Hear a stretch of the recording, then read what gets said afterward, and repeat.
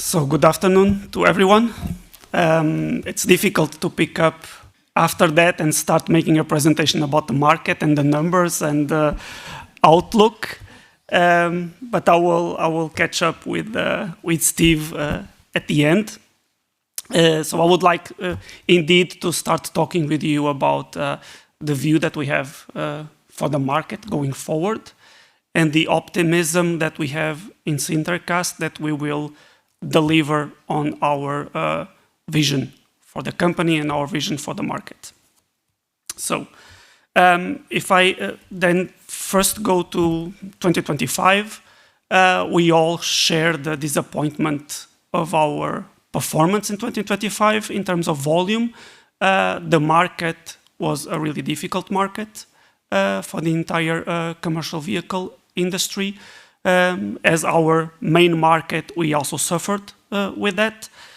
But we also have to take a look and see the good things from 2025. And I take two big positives from 2025.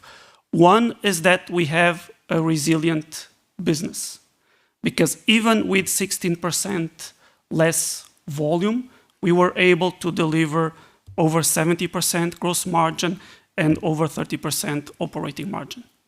And this shows how resilient we can be in our operation, even if the market is difficult. The second one is the reinforced outlook that we take forward that allowed us to make the somehow risky statement for some people and be bold and come out with the 8 million engine equivalents. 2025 showed us what we were already believing, and there is enough room for CGI to grow, and with the growth of CGI, SinterCast will also grow. So these are the two positives that we can take from 2025. Looking at our current production, our biggest market is the commercial vehicle market. It's easy to understand why. Vehicles need more power. Fuel efficiency is also very important, and they are the harder to abate in terms of CO2 emissions. They are the harder to electrify. They are the harder to get an alternative technology that can make them be as efficient in operation as they are today, because they were all built around the internal combustion engine. So this is our core market at the moment, and it's where we are going to grow more in the future. Then we have the Super Duty pickup trucks with 25%, the full-size pickup trucks with 14%, and the mid-size pickups with 8%. If we put all together, we get 47% as well. So the pickup segment, especially in North America, it's in pair with the commercial vehicles, one of the biggest volumes. It's the one that we look at it as being stable rather than growing as significantly as the commercial vehicle will grow. And then with 6%, we have industrial applications like railway, gensets, marine applications, and so on, that are small, 6%, and they will continue to be small compared to the volumes that we have on the automotive market.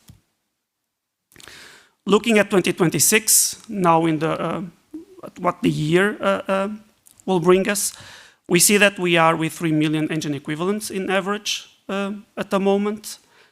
We come from 2.7 at the end of the last quarter of the last year, but the market looks positive.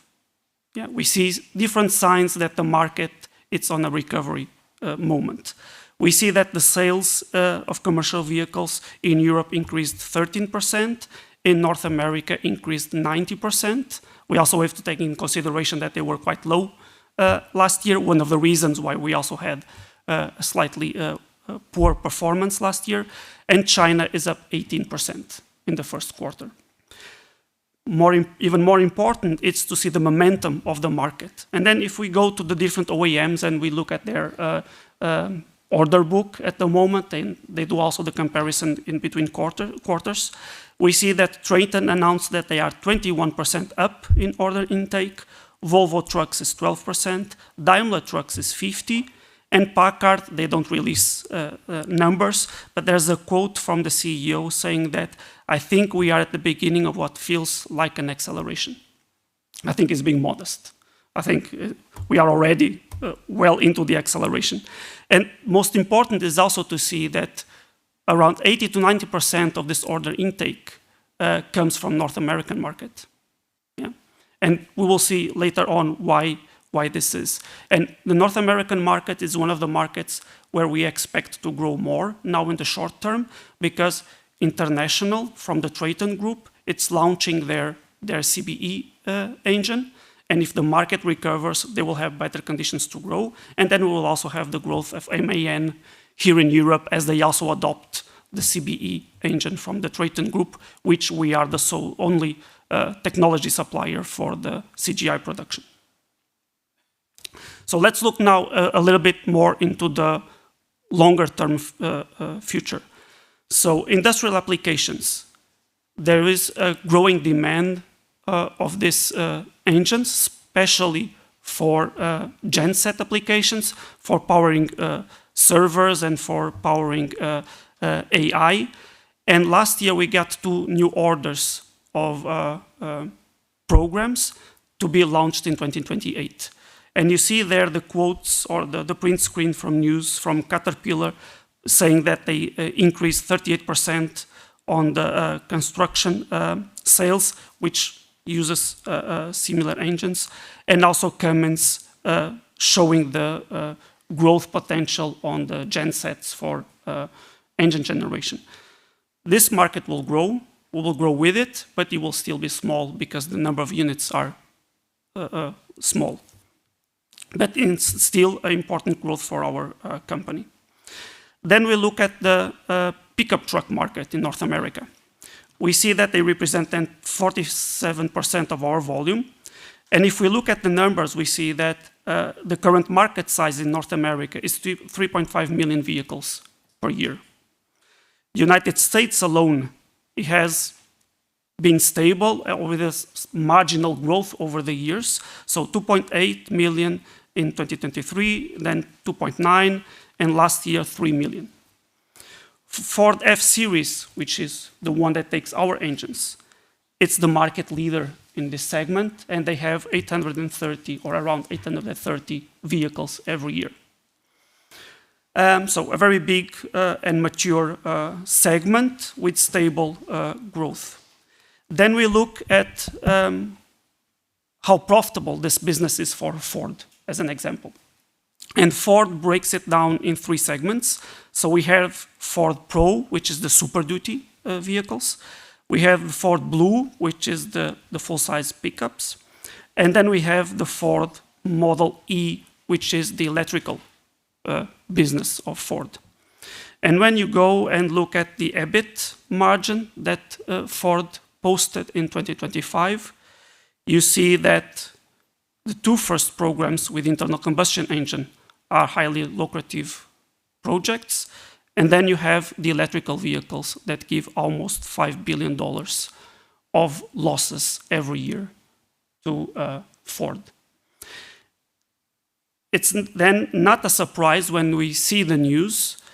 And Ford, just last year on the 15th of December, Ford said that they will drastically scale back electric vehicle plans and refocus the US manufacturing footprint on hybrid and gasoline vehicles. Then a couple of months later, on the 22nd of April this year, GM indefinitely delaying its next generation electric pickups and redirecting cash to gasoline engines and plug-in hybrids. So we should not be worried with electrification in this segment in the next years, end of the decade, beginning of next decade, because there's still a long way for electrification or electrical vehicles to do in order to reach this market. So we forecast a continuity of our volumes in this segment. If we look at the commercial vehicle, here we have the real growth potential of SinterCast going forward. Represents 47% of our volume. The biggest customer at the moment in this segment is Traton. They are currently running at 0.7 million engine equivalents per year. The potential is 1.8 million engine equivalents if we take into account all of the engines that are produced within the Traton group.